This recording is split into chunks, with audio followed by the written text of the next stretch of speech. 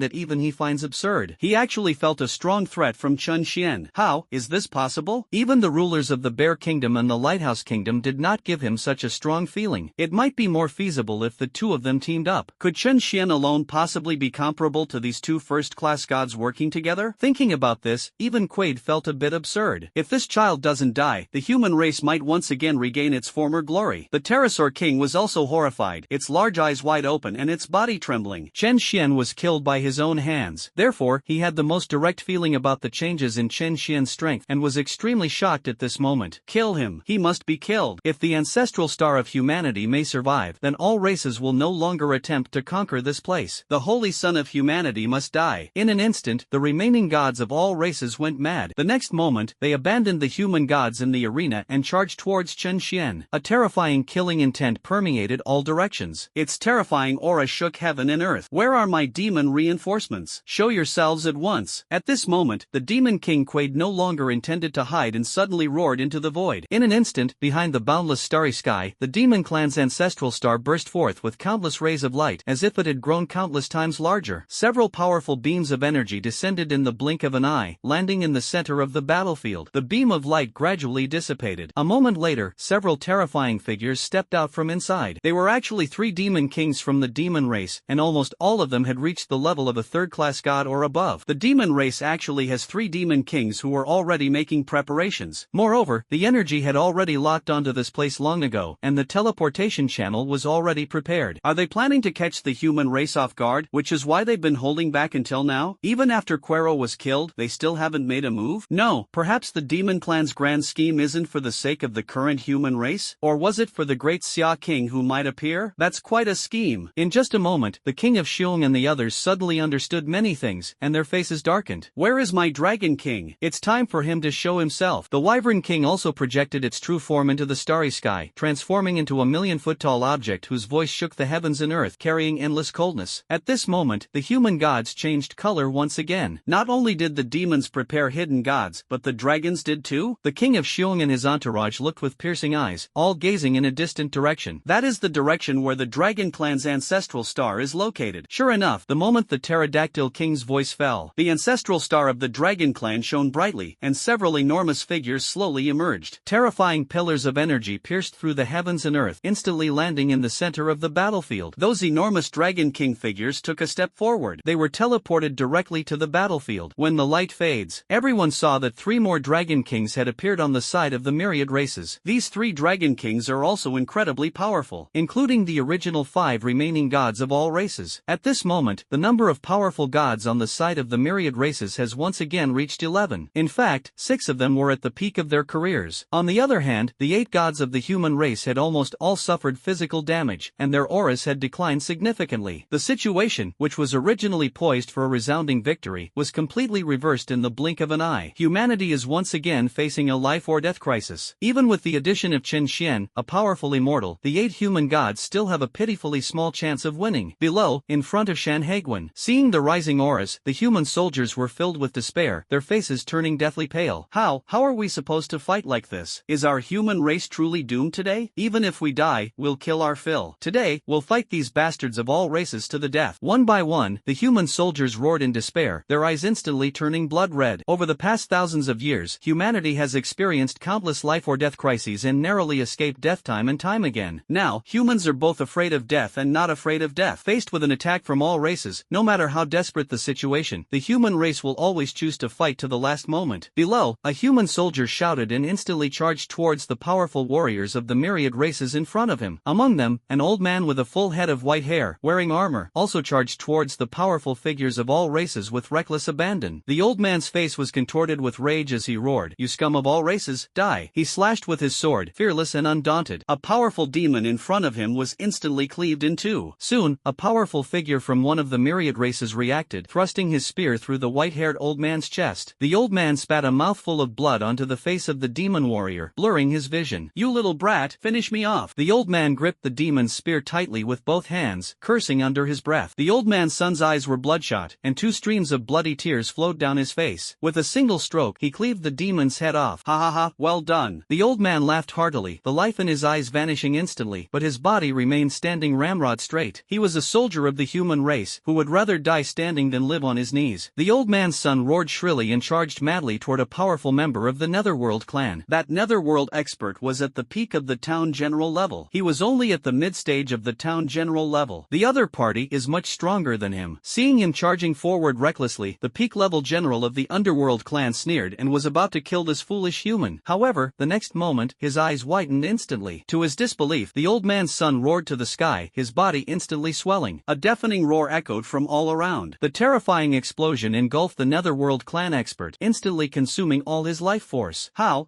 is this possible? The Netherworld clan expert never imagined, even in death, that the human would choose to self-destruct without reservation. Is this a madman? Would you rather die than let yourself be taken along? At this moment, every human soldier chose to fight to the death. Those who could kill the enemy did so even if it meant getting injured. Even if they can't be killed, they'll take a few with them if they self-destruct. All the humans are going crazy. Where is the immortality of my human race? Kill these beasts of all races. Some human soldiers, their eyes bloodshot, roared to the sky. Chen Xian has killed almost all the immortals of all races, so the immortals of the human race should be able to free up their hands. But where have they gone now? All the immortal humans were trapped in a void space, surrounded by thick black mist. What's going on? Where am I? An immortal from the Great Xia Kingdom frowned, warily observing his surroundings. They were still killing the army of all races. However, for some unknown reason, they were suddenly brought to this strange place. It seemed that their senses of the outside world had been completely cut off. If I'm not mistaken, this should be the domain of some powerful individual. We're all trapped by them. The immortal from Yoshong Kingdom had a gloomy face and extremely solemn eyes. It can pull all human immortals into an illusion at once. Without a doubt, its strength must be extremely terrifying. In an instant, all the immortals considered this possibility. The gods of all races have intervened, and they have directly isolated all the immortals of the human race from the battlefield. Damn it! Our human army is already no match for all other races. If we leave, won't our human soldiers be in danger? The eyes of the corrupt emperor were icy cold, his gaze almost bursting with rage. Heh, you're right. With you gone, the annihilation of the human army is only a matter of time. At that moment, a cold voice suddenly rang out, carrying a hint of silence and sarcasm. All the human powerhouses were greatly alarmed and quickly looked in the direction of the sound. Then they saw, at the end of a black mist, a figure entirely black, with his hands behind his back and an indifferent expression. This is a god of the Soul Clan. The Soul Clan, they've actually gotten involved too? A human immortal's pupils constricted sharply, and his face instantly turned extremely pale. The Soul Clan has always been a neutral race, rarely participating in the conflicts between humans and other races. Originally, the human race was considering whether to win over the Soul race to fight against the myriad races together. Unexpectedly, at the crucial moment when the human race and all other races were fighting, the Soul race also made a move. Moreover, it was specifically targeted at the human race, plunging countless human soldiers into an abyss of no return. Your Soul Clan is taking advantage of our misfortune at this time. Aren't you afraid that after our human race survives this calamity, the gods will find out and retaliate against you? An immortal from the Great Xia Kingdom, his face grim, gritted his teeth and questioned. He, you might have misunderstood. The Soul King of the Soul Clan smiled faintly, a mocking smile playing on his lips, and said, I only represent myself, not the Soul Clan. Besides, I didn't attack you. I merely brought you into my illusionary space for a chat. Even if you are human gods, you can't be unreasonable, can you? Upon hearing this, the human race's powerful figures were furious, their faces turning ashen. Now that you're all here, why not enjoy the show? Don't worry, I won't kill you. I'll let you go back after the battle is over. The Soul King of the Soul Clan smiled faintly, raised his hand and waved it, and the edge of the illusion space suddenly became transparent. All the immortal humans witnessed the human army being driven back in disarray, yet they remained fearless and chose to perish together with all other races. Human warriors were killed before their very eyes, or dragged all races down with them. However, these people, who pride themselves on their great strength and are considered guardians guardians of the human race, are now unable to offer any help whatsoever. At this moment, all the immortals of the human race clenched their teeth, feeling as if their hearts were bleeding. Seeing this, the Soul King of the Soul Clan smile widened, and he asked curiously, "My human friends, let me ask you a question. If you answer it, I might consider letting you go back. Tell me, is your human race's great Xia King dead or alive? If he is alive, where is he now?" As the gods from all races emerged, the faces of the Xiong Kingdom's ruler and others grew increasingly grim. They all sensed the great battle below and knew that countless humans were sacrificing themselves heroically. However, these guardians of humanity were powerless to do anything. There is no war without death. The king of Xiong Kingdom had bloodshot eyes, his fists clenched so tightly they cracked, and he said in an icy tone, 11 gods, it seems, our human race is doomed this time? The rulers of the Lighthouse Kingdom, Maple Leaf Kingdom, and others also had grim expressions and were more solemn than ever before. Quaid, having regained some of his imposing aura, coldly replied upon hearing this, "The human race is not necessarily doomed to be wiped out this time. The biggest purpose of our allied forces of all races launching this war is to lure out the king of Great Xia." As he spoke, he suddenly looked at Chen Xian, his tone becoming even colder. "But now, we need to add another goal. The Holy Son of Humanity must die. As long as your human race hands over the Great Xia King and the Holy Son of the human race, we will retreat immediately." The moment Quaid finished speaking, the pterodactyl king transformed into human form once more, grinning menacingly. "That's right. As long as you hand over the Great Xia King and the Holy Son of the human race, we will spare the human race. Otherwise, the human race will surely be destroyed today." One by one, the gods of all races unleashed their auras, their intense killing intent instantly locking onto the Xiong Kingdom's ruler and others, and onto Chen Xian. Chen Xian remained silent throughout. His gaze remained fixed on the fierce battle below. He watched helplessly as human soldiers, even those critically wounded and on the verge of death, dragged down powerful members of all races to take them down with them. He saw the old man he had met earlier, and the old man's son, who had died heroically in the battle. At the time, the old man said that young people like Chen Xian were the future of humanity, and it was not their turn to die. Then, the old man died on his own. While the human gods were confronting the gods of all races, countless human soldiers were still sacrificing themselves, their blood already staining the entire Shanhaiguan Pass red. Corpses lay strewn for miles, and blood flowed like rivers. All races, damn it! Chen Xian's eyes were bloodshot, and endless killing intent was boiling wildly in his heart. His fists clenched so tightly that his nails dug into his flesh, and blood dripped continuously from his fingertips. He had never before wanted to kill anyone so much. Upon hearing the words of the gods of all races, the king of Xiong Kingdom's face darkened, and he coldly said, "You want the king of Xia? To tell you the truth, even we humans don't know if the king of Xia is still alive. How can we hand him over to you? Then we, the Myriad races, will take another step back. If you hand over the Holy Son of the human race, we can guarantee that we will not annihilate your human race." The pterosaur king spoke indifferently. The king of Xiong narrowed his eyes, refused without hesitation, and said in a chilling tone, "Dream on. My human race will never hand over our holy son. If you Myriad races want to kill him, then let's see if you have the ability." He, king of Xiong Kingdom, you shouldn't speak so hastily. Why don't you ask for other people's opinions? Quaid sneered, his eyes full of smugness. The king of Bear Kingdom paused, turned around, and was shocked to see that the king of Lighthouse Kingdom and the others had fallen silent. They kept their heads down and remained silent. But the meaning is already quite clear. They wavered. Compared to the survival of the entire human race, neither the great Xia King nor Chen Xian seemed to be beyond sacrifice. "You bastards, what do you mean? Are you going to compromise with all races?" The king of Xiong's eyes instantly turned icy, his tone questioning. No one answered his question. The boundless starry sky fell silent in an instant. Quaid looked at him with disdain and said, "Look, apart from your Xiong Kingdom's ruler, the other gods of your human race are quite wise. As long as you hand over the human race's holy son, and then wait for Emperor Lingu to lure out the great Xia King, we will immediately retreat." The Myriad races pressed closer and closer. This time, the king of Xiong Kingdom remained silent, feeling a strong sense of powerlessness. There are 8 gods among the human race. If the others all choose to give up, the Xiong Kingdom's ruler alone will definitely not be able to protect Chen Xian. Looking at his old comrades in arms beside him, he suddenly felt a little unfamiliar. The king of Xiong Kingdom was incredulous and questioned again,